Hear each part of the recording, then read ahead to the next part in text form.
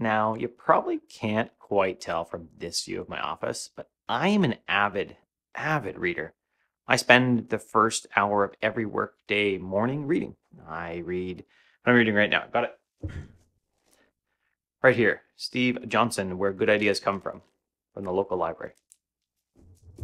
So I read this morning, actually read it for more than an hour because I read it while I was eating breakfast at like 5:20 as well. So and you can't quite tell, I got some books here, I got some notebooks over there, and you can't see there's like shelves below on both sides that have more books on them.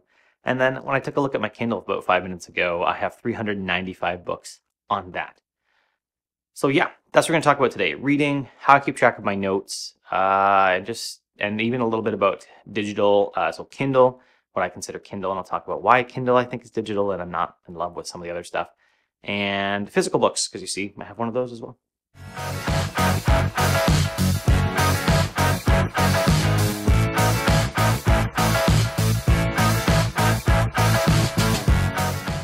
So first off, how to keep track of my notes in books.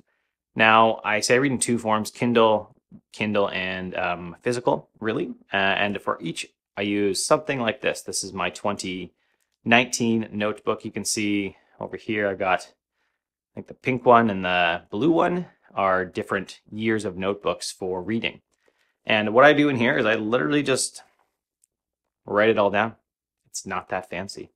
Now, the reason I write it all down, even in a Kindle book where I will highlight it and I will often put my note in the book as well.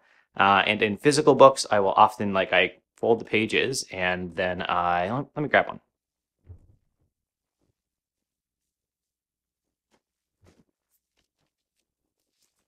All right, so digital minimalism, folded a page because there's an important definition right there. Or where's my other folded pages? All right, I highlighted the book. So I own that one, so I'll fold the pages on it. But I write it down because I think that if you have a quote and it's not worth writing down, it's actually just not worth it. So why are you highlighting it? Why are you keeping track of it any longer term than that? If you're not writing it down, this is why, again, why I keep a notebook. It's not worth continuing with the quote because it's not that valuable to you. It's only valuable if you're going to write it down by hand. So that's why I write it all down, every note, all the thoughts, and I'll sketch today I came up with 2 or 3 ideas for future videos, for future podcasts, future written content, and I sketched that all out in that purple notebook. And then we get to the second part of what I do. What I do with all of my notes is that I transcribe them currently into Devonthink, and I do it into Devonthink even though I'm iOS first, because the Mac version has a stellar feature which they call See Also. And in that, I can click on it and I will show me exactly all the different notes that I want to see in that that relate to it. Right? It'll catalogs them all, it indexes them all, and it brings up extra notes, extra information that I may not have even connected, but it knows about it. So it pulls them together. It does like algorithmic searching. It knows if I search for dog, that canine is the same thing, and it lets me piece my notes together. Now, I admit, I've really only started using Devonthink more recently. Before that, I've been using at my site, so curtismchale.ca/resources, but WordPress sucks for it. Ultimately, I wasn't entering the content anymore because it took so long to work through that stupid WordPress admin interface. So what I've done now is I'm just grabbing my raw book notes because I typed them out, and I'll add a little bit as I type them out as well. And I have been taking those raw notes and putting them over into Devonthink. Just raw in all the quotes, all the notes, all everything. I think once I catch up, once I've gone back and got all my old notes, I have hundreds, right? I read 80 or 90 books a year. Probably 60% of them are in the self-help and the self-improvement genre. So I have to pull all those notes back in. And even there's quotes from fiction, right? There's some great fiction quotes that I have cataloged as well. I think long-term what I'll do is I'll keep the long book review to see how a quote relates into a book. But then I'll actually pull all the single quotes out as well so that I know, so that I can find a single quote inside a book, which can be hard when it's in this, 3,000 words of notes in a book. So that's how I keep track of my notes so far. And then as far as reading digital versus physical, for a long time, I read only on Kindle. I actually got rid of almost all my books. And part of that was because I just had them. I didn't reread a lot of the books. I got rid of them.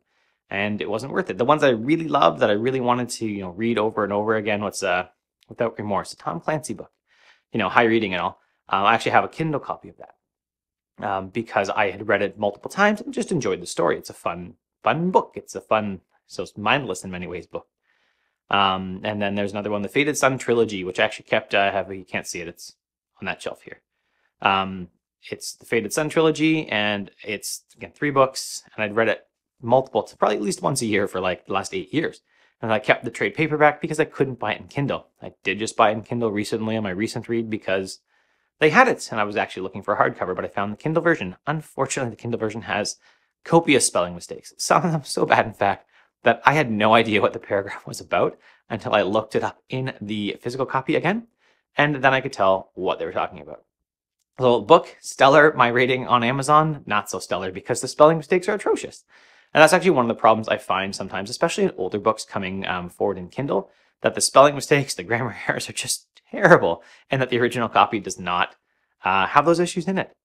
Now, over the last probably 6 months, I've actually been reading a lot more physical books. And so what I've come down to is that as I look around at books, just ordered 3 books last week, which will be a future research topic around supporting how your spouse and yourself work together when one of you is an entrepreneur, maybe when both of you are an entrepreneur. I'm not sure the full direction it will go, but that's kind of where we're headed. So ordered 3 books. One's coming physically. One I already owned actually in Kindle. And I bought the other one in Kindle because it was $38 in Canada or like $7 US on Kindle. And at some point, you just have to decide monetarily what you're going to do and what you're not going to do. I decided I wasn't going to buy it because I don't know if it's going to be like a great long-term book. I looked at the library for all of them as well. So what I've fallen into now is that if I'm not sure if it's a book I want to read for information, it's not something that I necessarily know I want to keep. Like I ordered Digital Minimalism right away, knew I was going to keep it, and I'll order Deep Work. I have only a digital copy of that, but I will order Deep Work eventually as well for my physical library. If it's not something I want to keep though, I will order a Kindle copy because they're often cheaper. I often have some Amazon credit anyway, so they're essentially free because find people like you, buy some of the books I talk about, buy some of the other stuff I talk about. And then once I read it, then if I really want a copy, because it's like, oh, this is a stellar book, I'm going to want to come back to this, I will buy a physical copy. Now that even extends to, like, say, I held up Where Good Ideas Come From by Steve Johnson. That, as I'm reading it today, and like I just got it on Monday and I'm most of the way through it, and I was like, this is a stellar book. I will want a copy of this, and I got it from the library originally. So I will be buying a hard copy of that to myself, and I only buy hard copy if that's what I can get. Say some older book I might buy. I have one, what's it called? Computer Power and Human Reason, the best copy I could get. The cover was falling off of an old paperback because it's an old book out of print. I'm not past buying old books out of print, out of paperback, but for my library, for new stuff, what I really want to take is new hardcover books. So that's where I fall right now. There's something about the tactile feel. There's also something about unplugging from a screen, right? Even though my kids, I keep telling them, my Kindle is only for Kindle. It's only for books. That's all I can do on it. There's just something different about having that book and showing them, like, I'm reading books too, but I'm telling you not to read on Epic, which is a great, like, Netflix for books, kids books. It's great. We use it, but telling them to go read an actual book. We just brought books home from the library. Go read them. And they look at Daddy and say, but Daddy, you're not reading physical books. So I am reading more physical books. I'm taking more from the library. I'm engaging more with the library and even like kind of browsing the sections that I know will interest me. And then getting to the Kindle when I can. And now I also said, like, I read Kindle books.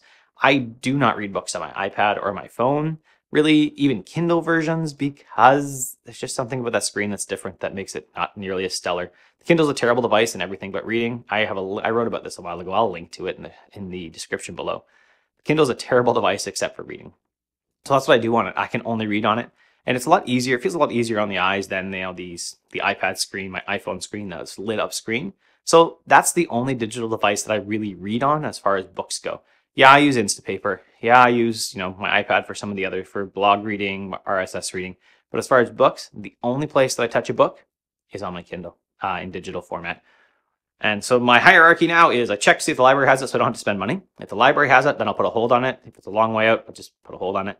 Next one is I see how I kind of started evaluating the book a little harder. Do I want to own it in physical copy, or is Kindle okay? And if I want to own it in physical copy, I cough up the $30 to buy it in hardcover. And I'll order from chaptersindigo.ca, Canadian thing. Or I'll order from Amazon, depending on pricing. I try to order from Chapters because, I don't know, but feeling less stellar about Amazon. And then if it all is like, no, there's only way to get it that's like drastically cheaper, and like my book finances this month require me to buy it on Kindle, I'll buy it on Kindle. And I actually have an Amazon.com Kindle account, even though I'm in Canada. I think I can transfer it now and keep all my books, but there was a time when it was like I had like no choice in Canada, essentially. So anyway, that's how I do my books. I'd love to know how you do your notes. How are you keeping track of things? Do you read? What's the best book you read this year? I'm not sure what my best book is. It might be Where Good Ideas Come From. Might be the one that's like sparked the most other ideas for me. But I'm running at about 12 minutes on my camera, so I'm going to end it here. Have a good one. Thanks for watching. If you enjoyed today's video, you can make sure you don't miss any by subscribing below. Make sure you hit that little bell icon so you get notifications if you like notifications. Although, I gotta be honest, I hate them. If you'd like to support the channel, like to make sure that the videos keep coming, that the content keeps coming, you can support me on patreon.com/Curtis McHale. Have an awesome day.